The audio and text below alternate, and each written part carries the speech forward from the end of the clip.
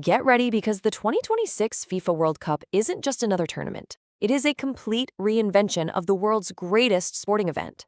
Seriously, forget everything you think you know because it's all about to get way, way bigger. And to really get a handle on the insane scale of this thing, you just need to remember three numbers.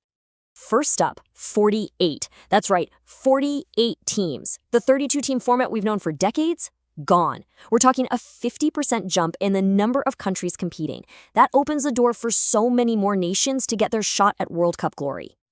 Second, for the very first time in history, the tournament is going to be spread across 3 host nations. Now, you might not know this, but after the 2002 World Cup, FIFA actually banned co-hosting. But for this, they made a massive exception.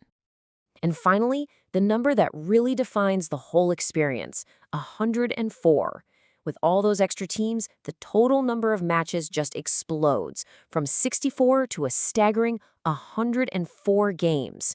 That's 40 extra matches.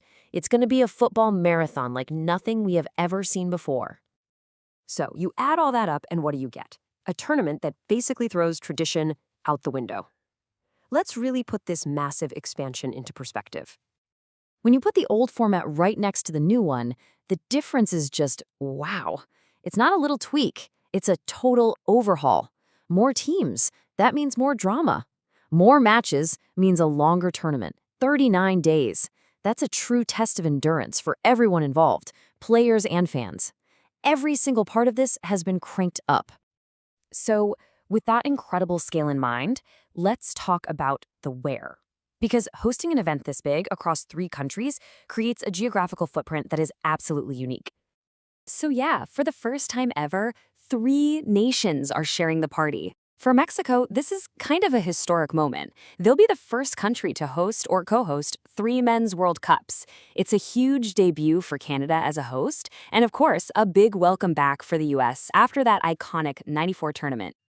Now, to make this whole continent-wide thing manageable, the 16 host cities are grouped into 3 regions. The idea is to cut down on travel time, you know?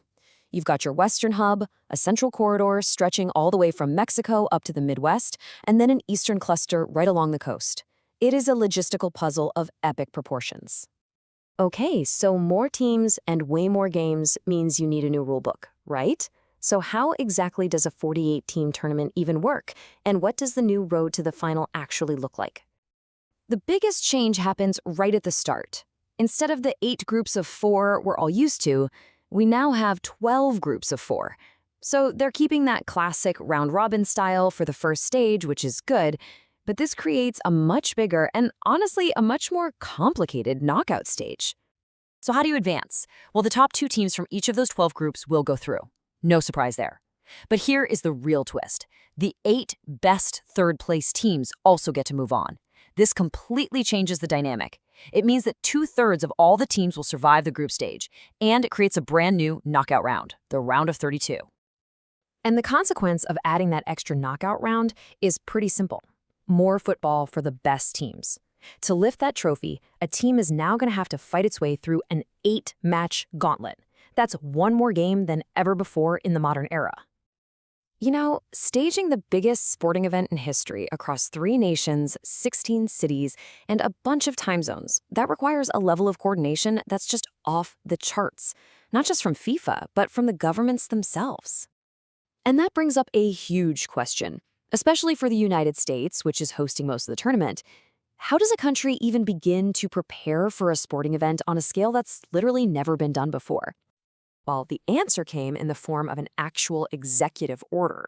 In early 2025, the White House created a dedicated task force to streamline and manage all U.S. government efforts for the World Cup. And this quote from the order itself really tells you everything. It's not just about security and logistics. This is being treated as a major national project, a chance to boost tourism, the economy, and the country's image on the world stage. And if you want to know just how seriously they're taking this, just look at who is on this task force. We're talking about the heads of Homeland Security, the Department of Defense, the FBI. I mean, this isn't some sports committee. This is a full-blown national security and diplomatic operation at the highest level of government. All right, so let's put all of this on a calendar. Let's look at the 39-day journey from the very first kick of the ball to the final whistle. It all kicks off on June 11th, with host Mexico playing at the legendary Estadio Azteca. What a start! The very next day, both Canada and the USA get in on the action with their opening matches. From there, it's just a whirlwind. You've got the new round of 32 at the end of June, the quarterfinals, the semis in mid-July, all leading to the grand finale on July 19th in New York/New Jersey, where a new champion will be crowned. So when you put it all together, what have you got? A tournament with more nations, more cities, and more matches than ever before in history. It's a massive, continent-spanning festival of football, with every single part of it scaled up for one single purpose: to lift that iconic trophy. So there's absolutely no question that the 2026 World Cup will be the biggest ever. But the real question, the one that matters most, after all the expansion, all the new rules, and the mind-boggling logistics, will bigger also mean better? The whole world is going to be watching to find out.